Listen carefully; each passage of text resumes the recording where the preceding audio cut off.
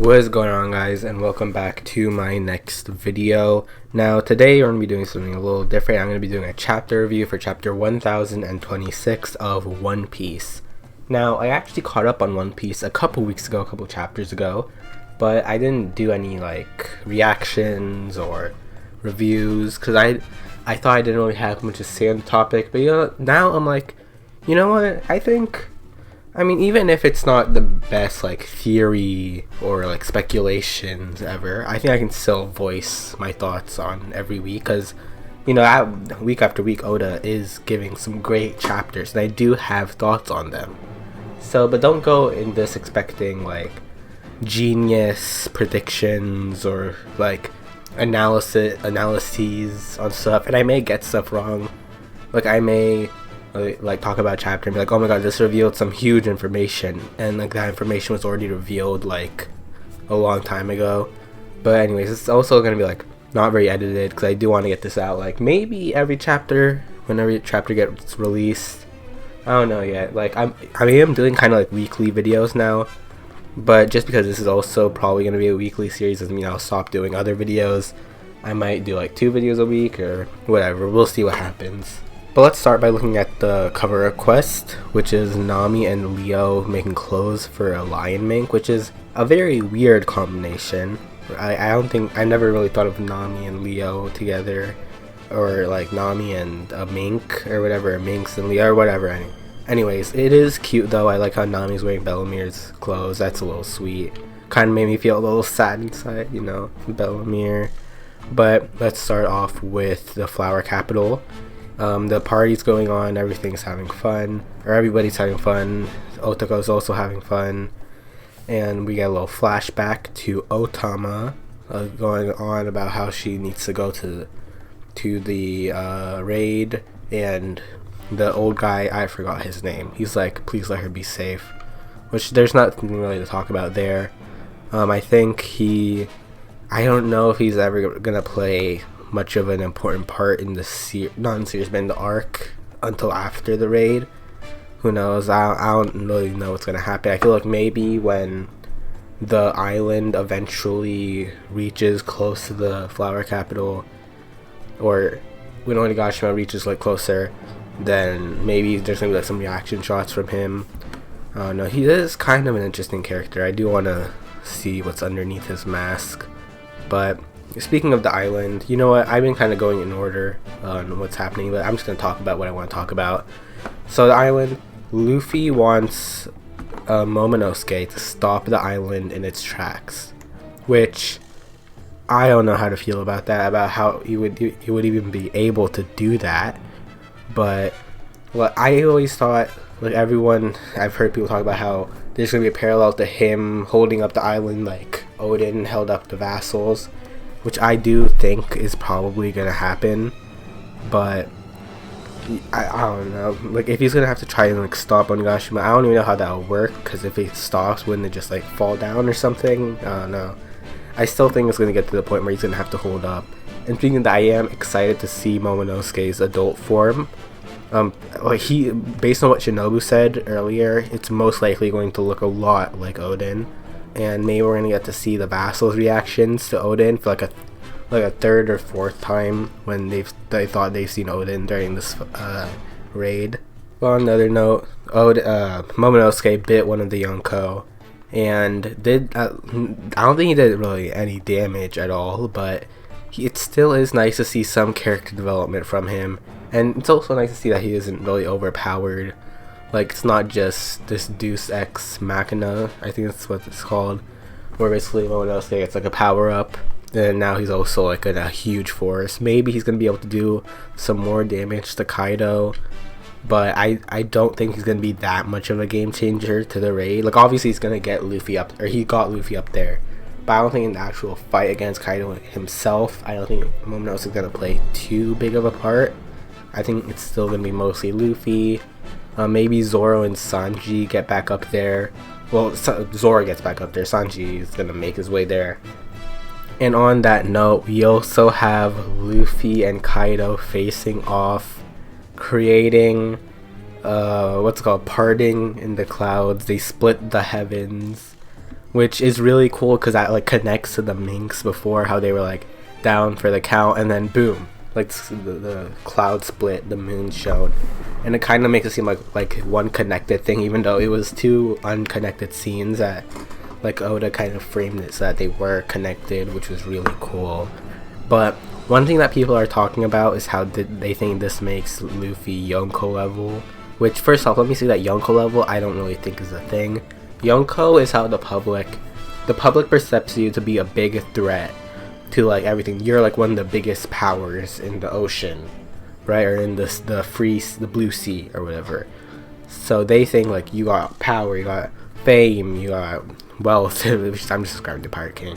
But you have all these different factors, and that makes you a big like entity or whatever. So I don't think Yonko is like you're really strong, you are a Yonko, you're an emperor.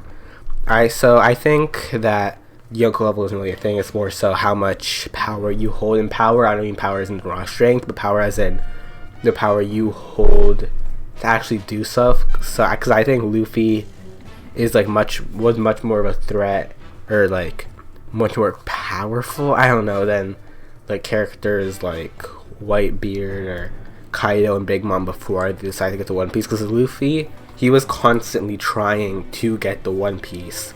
He's an active force making his way up, while Kaido, Big Mom, Blackbeard, they were content just staying where they were.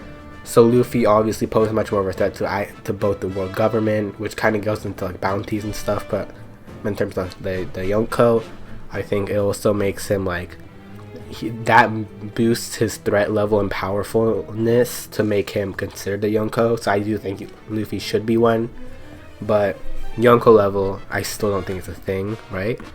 But still, I don't think that this means exactly that Luffy's as strong as characters like Whitebeard or Shanks. And I'm saying them in their prime, but them when Shanks and Whitebeard fought and they did an attack on each other and split the skies. Because we don't know if like both of them were like completely serious or just like, you know, just doing a warning, like I don't know. Because like I still don't think they were at their full power. Well, Luffy, he's putting his all into this attack, right? He's like, he wants to defeat Kaido. He's like going for it. So I don't think this exactly means he is like, I think it does mean he is up there with them, but he still, that doesn't mean he's as powerful as them. But yeah, back to Inuarashi and Nekomamushi. They just defeated Jack and Perespero, which their fight was kind of off-screened, but not really, but still, like, we did, like, them getting defeated, that was kind of off-screen, but them actually defeating Perespero and Jack, it wasn't. And I do like that. I think the art of them in their Silong forms are really cool. They were both characters I didn't really care for that much. Like, even in the Oden flashback, I thought they were cute, but like not really anything too special. I didn't really give them much thought. But I really do like the artwork of their Silong forms, especially in this chapter. Especially on Inuarashi, I really liked him in that panel. In the panels where it showed both them saying Oden one sword style, I really thought that looked really cool. But yeah, and then obviously there's the main, well, not the main reveal, but there is a bigger reveal at the end of the chapter that Orochi is watching and he's alive. Which, who thought he was dead, really? And I get maybe some people thought when Kaido first killed, in quotations, Orochi, that, oh, Orochi's dead. But I didn't think he was dead, really. But then he got killed for a second time. It's like, why would the second time be the charm, right? Like, if he didn't die the first time by being beheaded, that means it has to do with the number of heads on his dragon, whatever he has, right? Which is like 8, I think. So I don't see how people would think that him getting killed a second time would be anything, really. Orochi, I don't think he's gonna die. He might get imprisoned at the end of the arc, but I doubt that he'll be dead by the end of the story. Well, by the end of the story, maybe, but by the end of the arc, I don't think he's gonna die.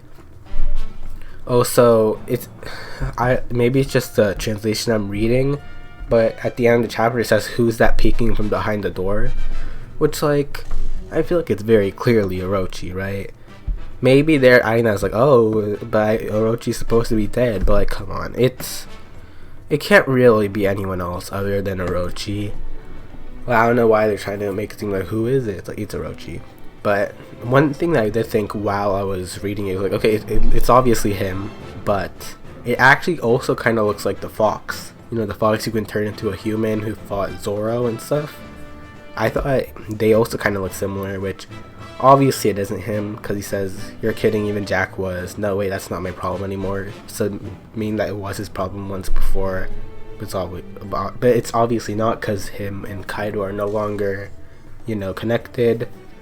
But yeah, that's all my thoughts on this chapter, really. I am excited for the next one. I don't know what's really going to be focused on, because like they've done a lot of Luffy and Kaido focused chapters, like based on that like plot line. But I don't know if the next one's also going to be Luffy versus Kaido, or if it might focus on like Zoro and Sanji, or Usopp and Nami, or whatever. I don't know. But I am excited to see how this fight exactly ends. One idea that I was never really keen on would be Luffy and Kaido 1v1ing and Luffy winning. I thought at least Kaido would have had to have like substantial damage before for Luffy to defeat him one-on-one, but that might happen, which I don't know. Maybe I'm just underestimating Luffy's strength. I just don't think he's still on par with Kaido. But I do think with some of the damage that he sustained, that Kaido sustained, maybe it's possible. You know, I just want to see some like good strategies. Like one of my favorite parts of the raid was when like Law, Kid, Luffy, or all of them, they had this like one coordinated attack to like push Big Mom off or something. Oh yeah, push Big Mom off the roof, which I thought that was really cool. But yeah, so yeah, that's all my thoughts except for what's gonna happen soon. There was a break last week. I don't know if there's gonna be another one next week. I don't think so. But yeah, thank you guys for watching, and I'll see you guys next time. Bye.